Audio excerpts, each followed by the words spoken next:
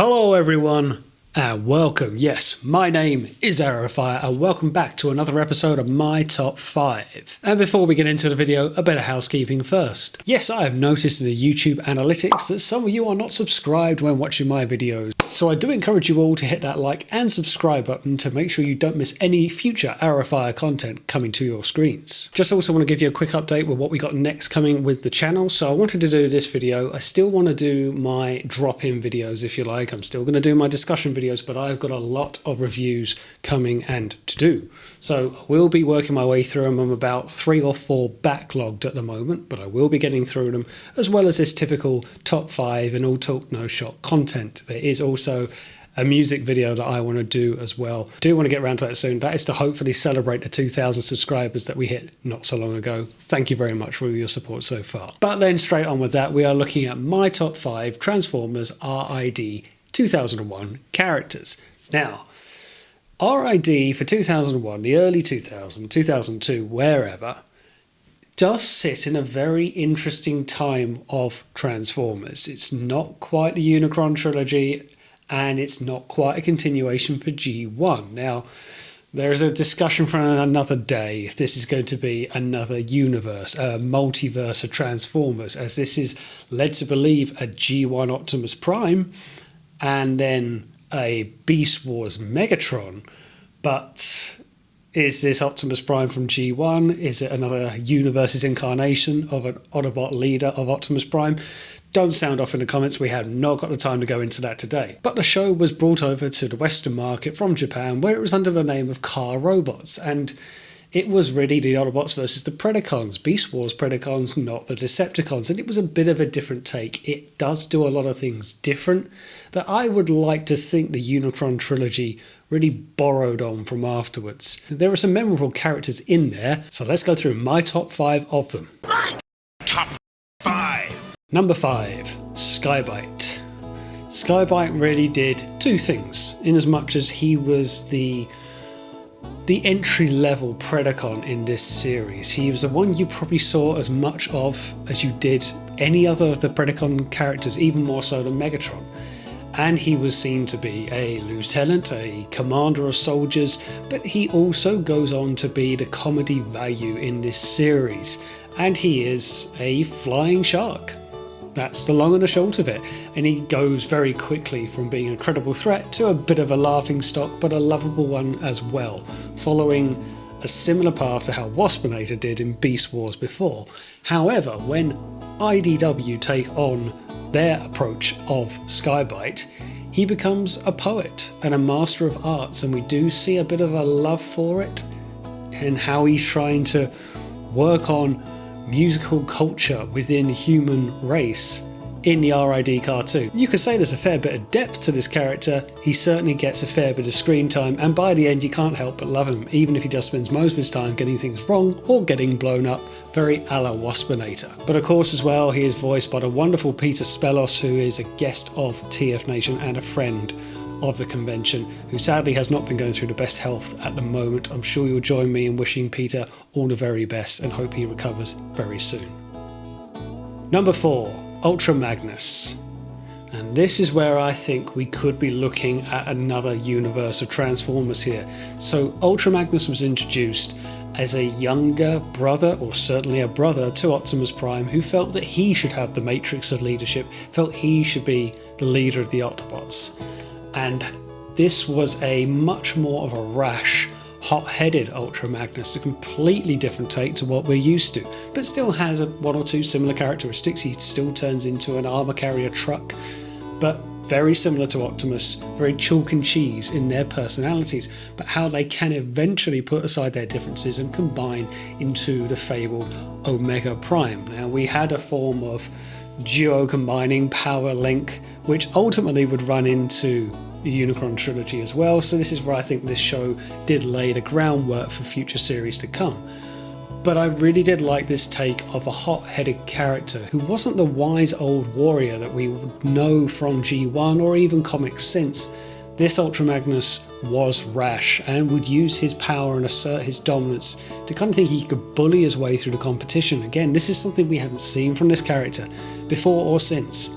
So It was refreshing, and I do like that this is one of the few times that we see there is a brotherly bond between Optimus and Ultra Magnus. This has been said before that the two are effectively brothers. This series really pushed that, and it makes for better discussions.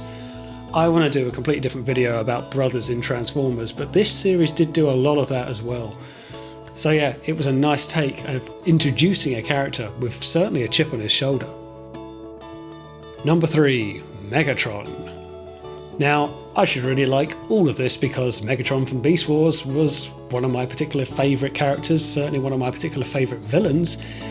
There was something about this Megatron that didn't quite hit the same notes as me. It didn't strike me as scheming. The design of the robot mode and of its many alt modes looked fantastic. The fact it would have at least 5, 8 alt modes, 11, it would get silly. It could turn into a hand at one point. It was very unique, and it was a very sinister looking design, very Japanese inspired late G1, where you're looking at a Deathsaurus kind of mold in this incarnation of Megatron, but it didn't have that scheming quality that you felt it did from the Beast Wars. There was no agenda here, but it did make up for it in how dominating it looked and how really it would have to take Optimus in his super combined mode to stand a chance, which again carried on a bit into Armada as well. It would take something a bit more to stand up against this threat. It was all about imposing, and the fact that the toy came out at that time as well with all of these transformable modes that it could turn into. There was a lot of open imagination here for this character that we hadn't really seen in a Megatron form. We've started to see a bit more thought in the Megatron character at this point. He wasn't just turning into a gun, he wasn't just turning into a tank or a T-Rex. Now Megatron could turn into a lot more and will be a much more sizable threat. Number 2, Rail Racer. Now this was quite unique for a couple of reasons. Rail Racer was a speed train, bullet train combiner. One of the few versions of a combiner outside of G1, and even one of the earlier instances of 3 members making a combiner team. We hadn't seen that too much before. So this was quite a nice introduction. Trains in Transformers have existed, but maybe not been so exploited to the Western markets.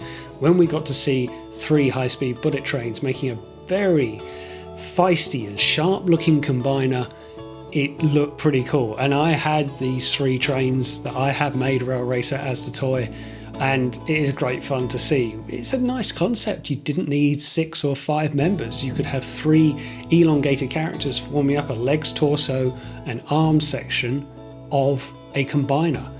Now, I don't know if these actually were brothers or if there was just a brotherhood. Again, this could be a video for another day, but there is again showing a bit of a unity, a common interest, that they were 3 high-speed trains that more or less came out when needed. There was a touch of Skylinks about them, but they were very cool to look at, and the combine mode was a very welcome sight in this series and is still a very sought after toy even to this day. At number 1, Optimus Prime, Shock Horror. The reason why I like this Optimus Prime is because 1, it was a fire truck, which I kind of always felt, even as a kid, Optimus always should have been a fire truck because fire trucks are cool. But also what I really liked about this Optimus is this is one of the earlier incarnations that we would see of a cab mode that would then become an upgraded mode, which we have seen more and more these days. Now, okay, you could argue Power Master Prime maybe tried that first, but we saw this much smaller, lesser fighting force of Optimus that was not really much on the battlefield and actually not too much to look at. But when he was all combined up into his super combined mode, this is a much more of a different look of an Optimus figure that again I think laid the groundwork for Armada Optimus. This is why I do wonder, with it looking so drastically different and the fact that its alt mode is a fire truck, it does make me wonder if this is a different Optimus to the Generation 1 continuity. But it was a good look nevertheless, and you felt when he was all super combined up he could go toe to toe with Megatron. And it was again just a nice change. We saw a solid red character and arguably not even a movable faceplate. This just looked a bit different. And it still looks good even to this day, even if you can get a hold of the original toy. I do say the toys that were brought out around the time of RID and going into the Unicron trilogy with Armada as well, the playability of these toys is brilliant. The fact that you could power link up a combined Optimus Prime and Ultra Magnus to make Omega Prime, and these were big, stocky toys of the time as well. When engineering was just getting pretty good, more technologies were coming available, these series coming out reigniting interests that maybe people didn't want to like Beast Wars, didn't want to enjoy it, wanted to get back to the good old-fashioned trucks and cars, and a big stocky Optimus Prime comes around that turns into a fire truck. Hey, doesn't matter how old you are, a fire truck's still cool. And this is why this Optimus really holds out to me today as one of the best RID characters out there. And there we go, that is my top 5 RID characters. I'm sure I've left some out, so do let me know yours in the comments below. I'd love to know what you think. But thanks for watching, and as always, I will see you on the next one.